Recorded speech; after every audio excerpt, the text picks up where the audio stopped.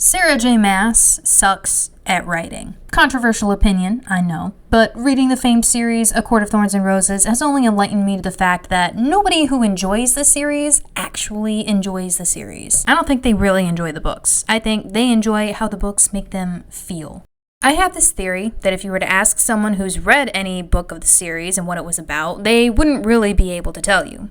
They might say, well, it's a romantasy story, fantasy romance with this girl who goes to a magical land and falls in love with the Fae Lord, but then he turns bad, so she falls in love with another Fae Lord. But that's not what the book is about. I could recount the story from the first book. I could barely recount the story of the second, because out of the 600 pages I read, maybe 200 of them actually contributed to a half-assed plot. But the third book, you ask somebody what the third book is about, and they'll likely go,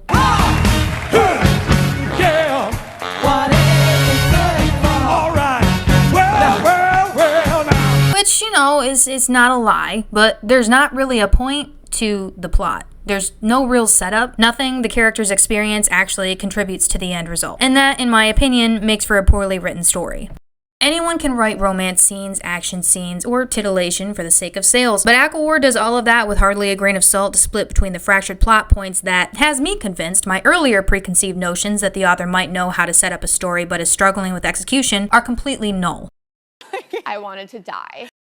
I don't think she knows what she's doing. I think she's just winging it. Pun intended. And everything that happens is timed just enough to keep the reader's interest on the most superficial aspects of the story. There is so much that could have been done with the story, but no. Who cares about that? Just put the hot dudes in there and make sure to amp up the chemistry with side characters so people know to ready their wallets for expansion novels that will basically become a 240-page epilogue and an 800-page side quest. Don't worry, I'm still making my way through the rest of these stupid books. But today I wanted to talk about ACOWAR. And normally I would start off my videos by giving a quick summary of the plot, except this book didn't have one. So I will instead be recounting the events as I remember them in chronological order to relay to my viewers, my faithful followers, and newcomers to my channel why this book convinced me it is the worst overhyped series I've ever read. The gist of the story after Farah returns to Rhysand at the Night Court is rallying the troops to ready for the war against the armies of Hybern. Unlike the second book, where the filler is interrupted by moments of scavenger hunting for the Book of Breathings, the only whisper of a plot we have in here is Farah being sent on a wild goose chase to find the Ouroboros mirror to get the Bone Carver's help, only to put it off until the last minute and find out that it was really just a test from him to see if she was worthy of fighting with in battle. The rest of the book is really just training, random attack scenes, fucking, and Rhysand's pathetic attempt to get all the High Lords together to fight the armies as one instead of just scattering like a bunch of ants. Maybe there could have been more room for a plot if there hadn't been so many subplots in here, or characters whose only focus is whether or not they're ever going to get some. The world building is every bit of a mess, you might imagine. I never knew what it felt like to be in a world of white-walled room building with nothing to describe except a few elemental factors and the wardrobe choices of the characters. That's all about what we get in here. World building doesn't just involve the setting or the scene, people. It also involves the layering of elements meant to make up how this world works, which is why this one doesn't. Who's actually in charge here? Because it's made out to be like each High Lord is in charge of his own court and they kind of just bump heads every now and then, but there's no organization. I mean, going off of the Twilight movies, they at least rallied the rest of the vampires. Granted, Sarah J. Maas did write an actual battle scene, so points to her for that. There is no real political system in Prythian, and there's no system in the human world. The only thing mentioned is the wall, but we have no idea what's actually keeping the Fae out, why they might be holding to that treaty, or their regard to humans. If anything, they talk about humans like we're this wild, rampant animal that just exists for their sick amusement. And if it weren't for the Fae with a conscience, we would all turn into victims like the Blessed who were dumb enough to cross over. As thin as the world building is in these books, it's not the worst part. The worst part is when I'm trying to read an action scene where Tamlin's court gets attacked and Farah mentions the guard outside her room. So I'm with her in her room until I'm not, because now she's talking about the guard below her window. Okay. She gets up. Suddenly the battle is over with. The attack is just done. I hate this. I hate every bit of it. And anyone who is reading the audiobook, God bless them, because I just feel like a dyslexic trying to make sense of verbal diarrhea in here. I finally figured out why I can't understand Sarah J. Maas's writing. And I want to try to relay that to you so you can understand my frustration with reading these novels and why I'm not stupid. I want you to understand why in certain cases I feel the need to have to read it twice to actually grasp what is happening. It's like somebody is telling you that they're going to the grocery store, but suddenly they're at a gas station and you're like, wait, this isn't a grocery store. But then you try to follow them, they're going up to the cashier to have a conversation, and they find out that their long lost aunt is actually sewing together toilet paper rolls in the back room to help promote sales. That's how all these books are written. You're left to pick out context clues to piece together a motive, a will, a destination, and kind of knit your own story, but then with added aggravation that the only thing anybody cares about in here is fucking. It's all in the abs, the male anatomy, and how many makeout sessions you can pitch between chapters to keep readers' attention. Don't get me wrong, I knew what I was signing up for when I started this series.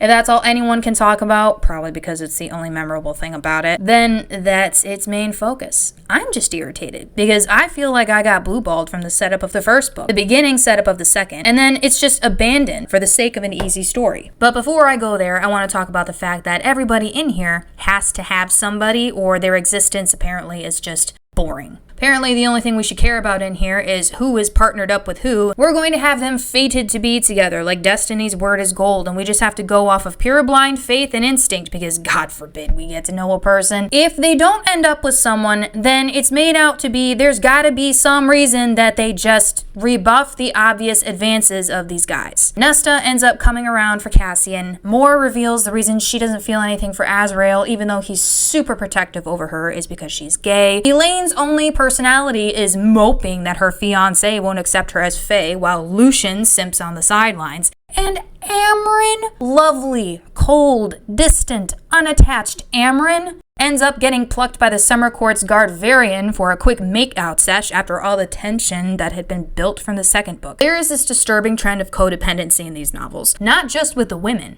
but with the men who long and pine for the women, who claim that they don't want those men until fate forces their hand or the man has done something to earn their affections. The idea that our worth is tied to how useful we might be to someone is one of the biggest problems that people face in relationships today. That affections can be won, love can be earned. All you have to do is wait for the right time, the right change, for their eyes to be open to finally see you, accept you, and then you're worthy of their love. What made the enemies to lovers trope, or the they're secretly in love and don't realize it trope, was the sense that we, the readers, knew what was coming. We were given an outsider's point of view, and the fun in that was to watch how the writer might work their magic to help the characters see that too. It was the overcoming of odds, the fight, the characteristics that war and complement with each other. Once again, that intrigue is what made those tropes so magical to begin with. Not the fact that they hate each other and just end up together anyway. Our emotions and empathies shouldn't have to be manipulated out of us via tragic backstories or circumstances. They're meant to be grown, fostered, and nurtured, similar to relationships in real life. It's becoming somewhat of a lost art, much like the game of chess that we used to know all too well to tie with the reader's fascination as much as their feelings. Have you ever had someone set up a game of chess, but then just when the pieces are moving to an interesting position, the other player decides to turn it into checkers? And before you can start hopping, they dump a bag of M&Ms on the board and say, new game. But they don't tell you what the new game is. They just start shuffling the M&Ms all over the place. That's also what it feels like to read these books. In both ACOMAF and ACOWAR, there is this great setup that takes up the first quarter of the book. Granted, ACOWAR kind of copies the setup from ACOMAF by having Farah quote-unquote trapped at the Spring Court. ACOWAR had the additional twist of Farah being there willingly to spy on the behalf of the Night Court.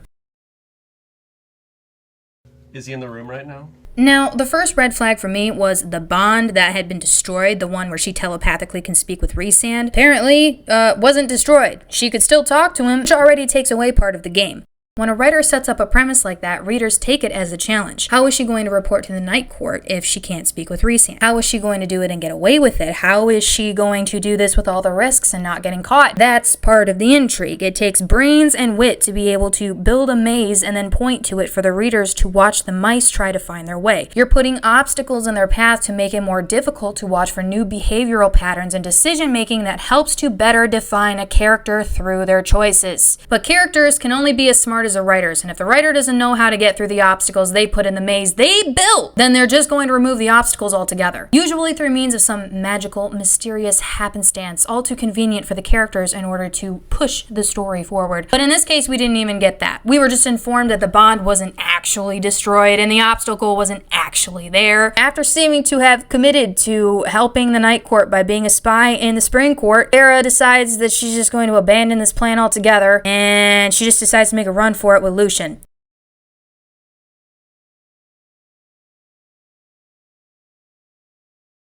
The indecision in here is giving the plot more whiplash than the writing that can't keep to its own promises. Much like the characters in here that go back and forth on whether or not they're good or bad because they just can't decide.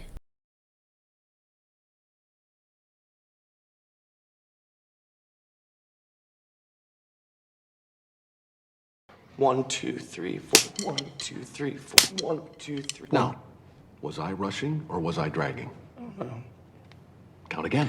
1, 2, 3, 4. If you're wondering what the rest of the book is about, it's similar to ACOWAR in that there's a lot of action, a lot of sex, and a lot of training. There's also this mysterious dark creature that Rhysand keeps in a pit like a doom dog. They call it Bryaxis. Doesn't contribute much, once again, except that with its help and the Weaver and the Bone Carver, the three gods of doom, death, and destruction hold out for better odds against the armies of Hybern at the end. But the most egregious betrayal to the setup would be Nesta. They spend so much time building her as this angel of death with a colder heart than even Amren, who somehow has the ability to take something from the cauldron to make her more of a threat, and they do nothing with it. At the end of ACOWAR, after being thrown into the cauldron, Nesta raises a finger to point with scary eyes that she will be the one to kill the King of Hybern. Oaths of vengeance are not promises to be broken when you're writing a story, but it is Elaine that delivers the killing blow, spearing the King of Hybern when he's about to kill Nesta, and then Nesta jumps up like the writer suddenly remembers, oh shit, right, Nesta was supposed to kill him. And she takes a knife and just twists in his neck like she's fighting with the ignition on a 2004 Acura. Her character destabilizes after she realizes the cauldron is spying on her, but more so when Cassian is getting hurt in battle. It's pretty obvious that they're mated or fated to be together, but Cassian has been the one pining for her until he shows his brute strength in battle. And instead of aiding with some of her newfound strengths, or some of her old ones, we still don't know her, she just turns into this simp, watching him from the sidelines. I can understand Nesta's hesitation to kill the king when he's got their father by a chokehold, but that's where the wit comes in. It's another obstacle.